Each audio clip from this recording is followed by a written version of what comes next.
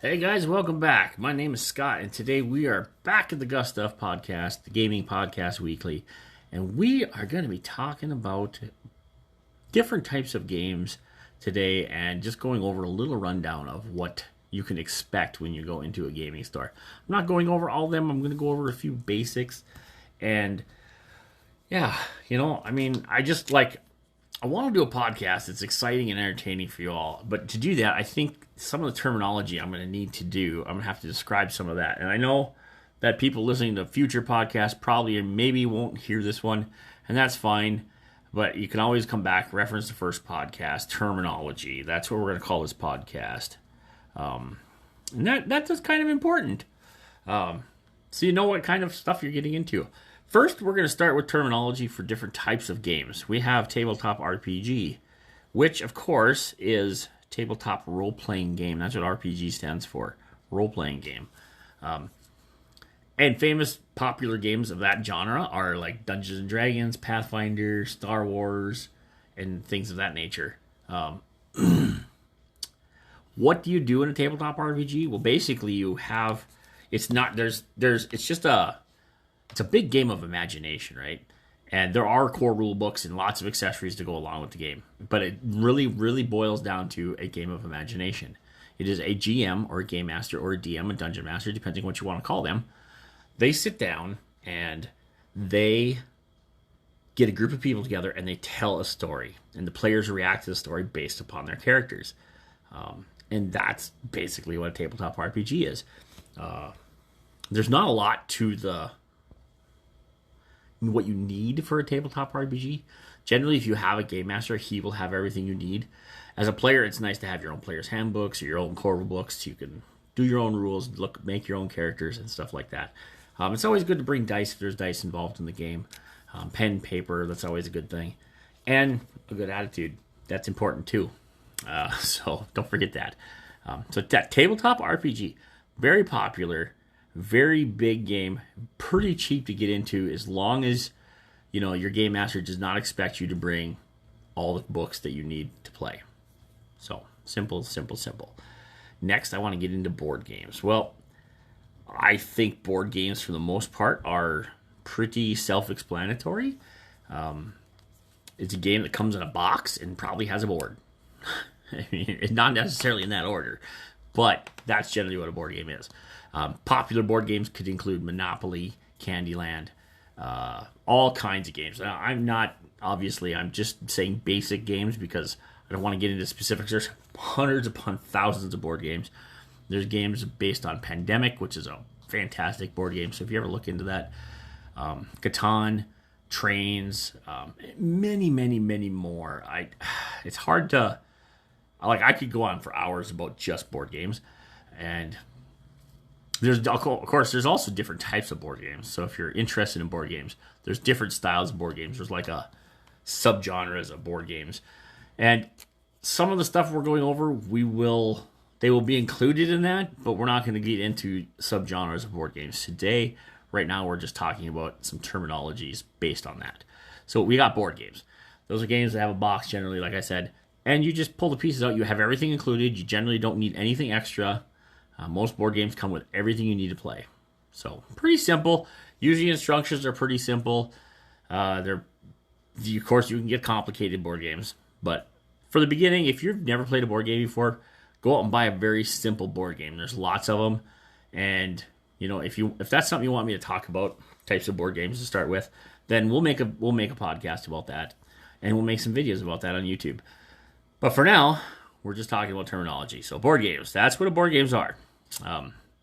Next, we'll move on to TCG games, and that is called trading card games. Now, big popular games in that genre, of course, are going to be like Magic the Gathering, which is MTG, Pokemon, Yu-Gi-Oh, and things of that nature.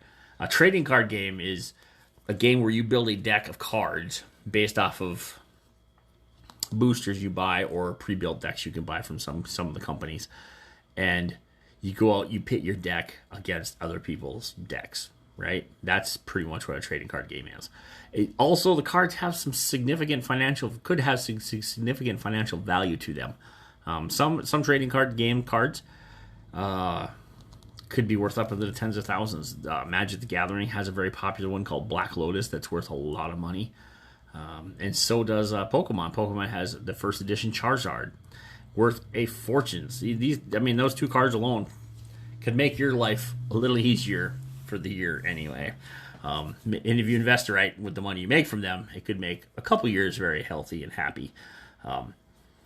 So trading card games generally do have some value to their cards, not just the playability value, but also the investment value, because you can trade, sell, buy, barter, whatever.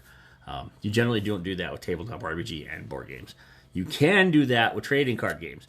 When you're opening booster packs, which is where you get most of your cards, you can literally take out the money card and sell it to the person that's at the store, that the store owner usually, and make some money right there on the spot.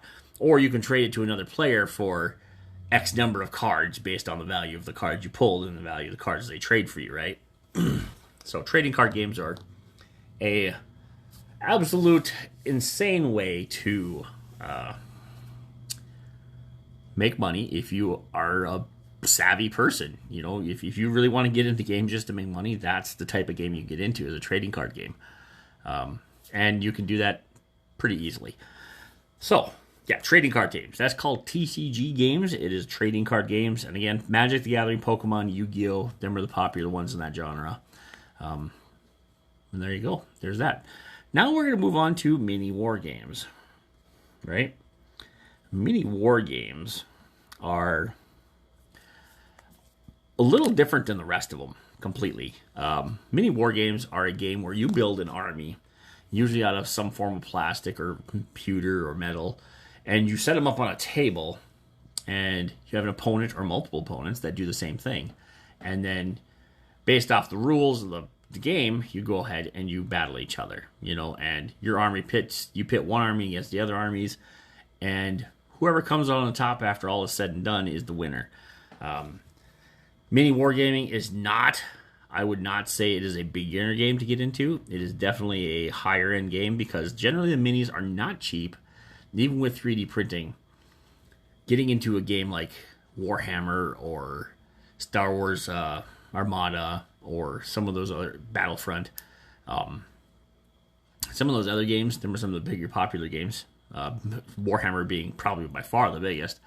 There's other ones, of course, but getting into those can cost into the thousands and thousands of dollars, because once you start doing it, it is an addiction.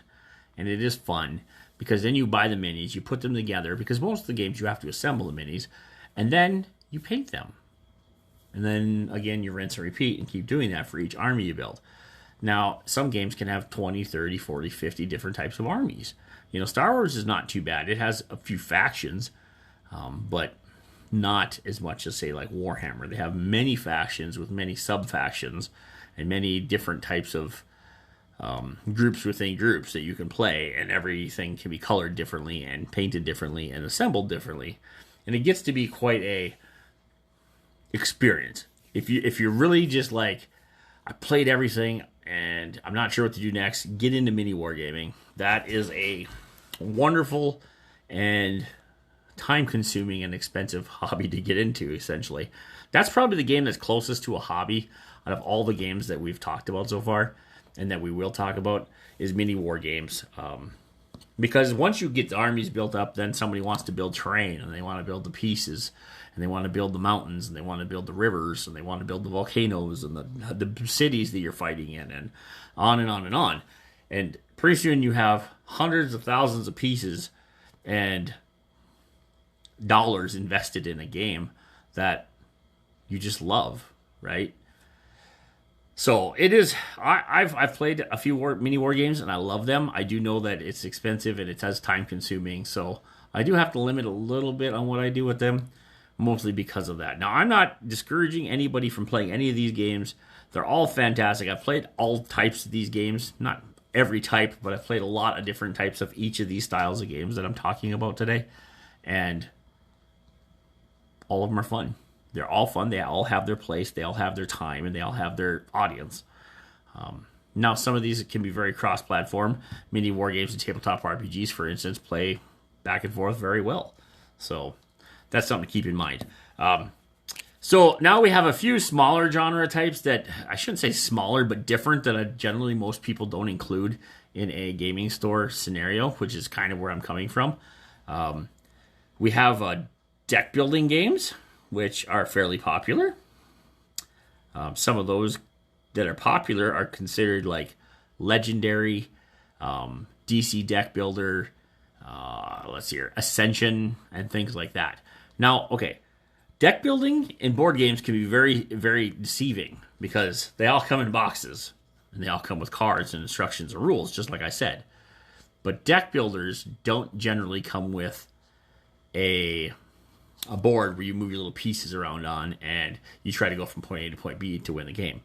Deck building is more about you have a deck, and it's a little bit different than trading card games because trading card games, their deck changes every 3 months when a new set comes out, or 2 months, or whatever the company is releasing them. With deck building games, or TCG games, they change on a regular basis. With deck building games, they don't. I mean, sure, new expansions can come out, but it's not, you don't have to go out and buy boosters and all this other stuff.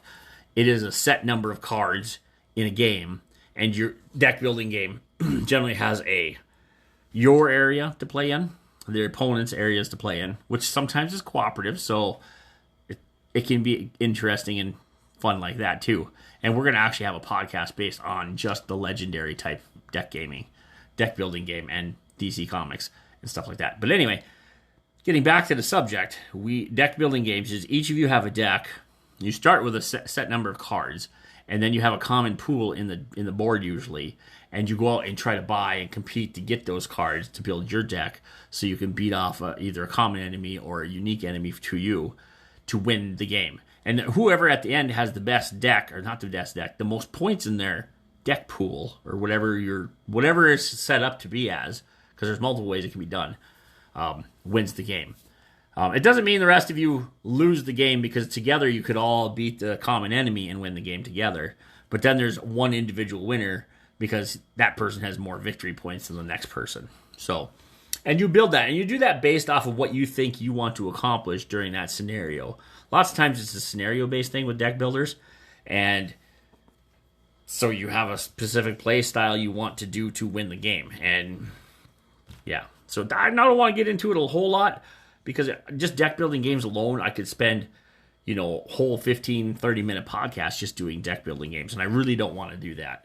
So I really just wanted to go over a little bit of what it was about, and to let you know that it's very similar to board games, and it can be cooperative, it doesn't have to be cooperative, and it's very, very fun game. Very fun.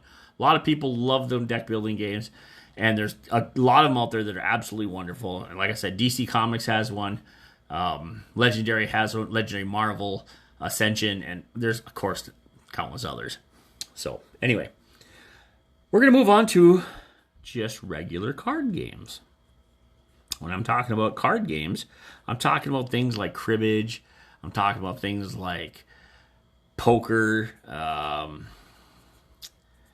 canasta, 500, pinochle, euchre. I mean, the list just goes on and on of the different types of card games. And generally with card games, it is probably the cheapest way to get into any kind of game. Because literally all you're going to need is a deck of 54 cards, and you can play pretty much any of those games. I mean, excluding like cribbage, you need a cribbage board, but that's another $10. But yeah, you really just need like a $3 or $4 deck of cards, unless you go to the casino and you can buy the decks of cards cheaper. That's all you really need. You just really need a deck of cards, and you can play any number of those. The rules are everywhere. You can get apps for them. You can look it up on the internet. And you can go through all that. And so those are the basic 6 types of games that we generally talk about, we will be talking about in the game store, because those are the types of games you can play inside of a building without, and with multiple people. Most games I'm not including things like solitaire and stuff like that, although there are some good solitaire games out there that I have enjoyed too. And I'm not talking about video games and things like that. My terminology list right now, terminology list number 1 is basically based off of main types of games played inside this building, right? Inside a gay hobby store. And so there you are. that is what we're talking about. That is the terminology. I hope that you have learned something from this podcast. I hope that I've made everything fairly clear. I know I get a little jumbled up and I kind of get back and forth a little bit, but I hope you enjoyed this podcast, and I hope that you'll stop back for more. We're going to go on to terminology 2, and we're talking a little more about different types of, say, board games, different types of RPGs, and different types of mini war games. And we'll break them down a little bit more, and maybe in some future episodes here. So anyway, thank you for listening to this podcast. My name is Scott, and hopefully next time you'll come back and we'll do some more. Anyway, until next time, my name is Scott. You call me Guff, and I'll be signing off.